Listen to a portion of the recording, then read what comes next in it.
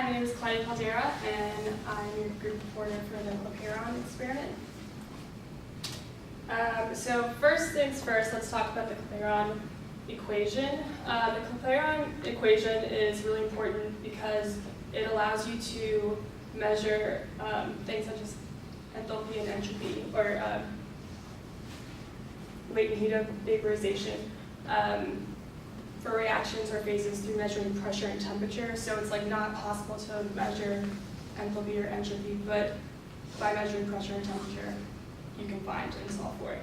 And this is the equation: dP over dt equals hfg, which is the latent heat of vaporization, over T times the specific volume. So for this experiment, the goal was to determine the latent heat and vaporization of water using the Clapeyron equation over a range of temperatures and pressures. And then we used the ideal gas law to approximate our specific volume. So we ended up with this equation: dP over dt equals hfg times P saturated pressure over temperature squared times R, which is the ideal gas constant, and it is 461.52 joules per kilogram Kelvin. So here's the setup. You have your flask with your water in it and your boiling beads, or your beads, your hot plate, your vacuum pump, water, air valves, etc., etc. So you use the vacuum pump to create low pressure in the flask and bring the water and the beads to a boil, and then you log the data. We started around 50 degrees Celsius, and then we cut it off at around 95. And then, so while you're doing that, you slowly close off the line to the vacuum pump to cause the pressure to rise, and then once you're done, you just open the line, so you don't get a positive pressure or anything. So here are the results. Here's the pressure versus temperature graph.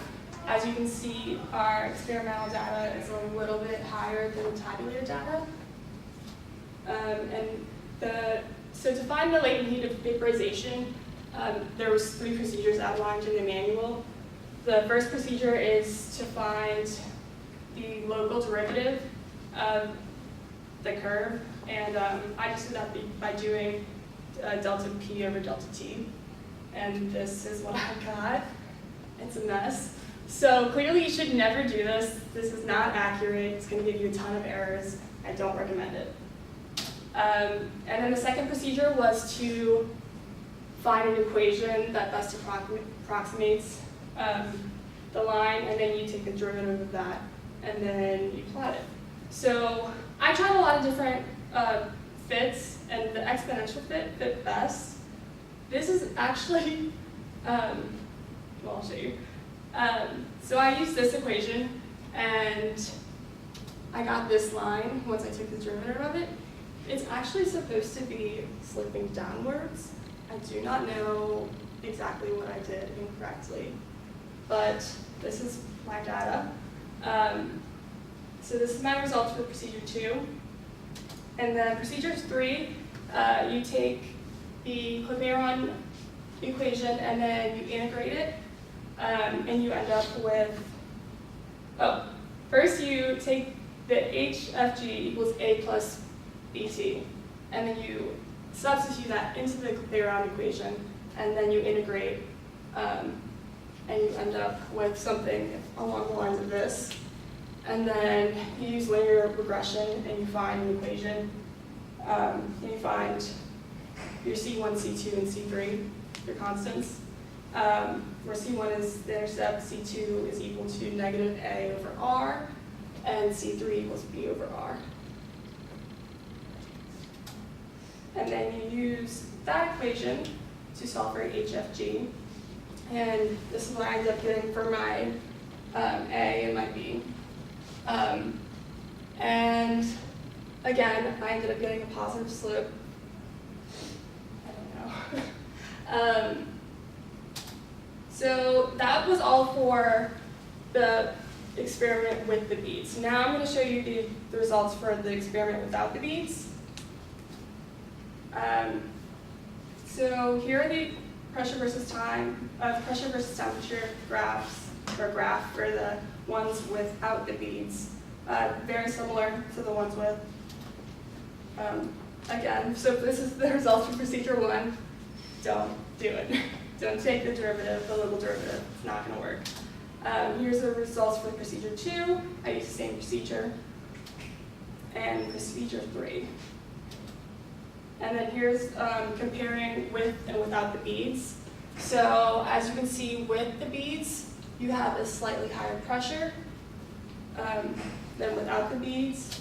And then procedure 1 comparison. The only, I guess, kind of significant thing would be I see the one without the beads has a lot more extremes in it. I don't know if that's just error in the experiment. For procedure 2, which is the one where we found the best fit line, you can see that the experimental data without the beads has higher latent heat of vaporization.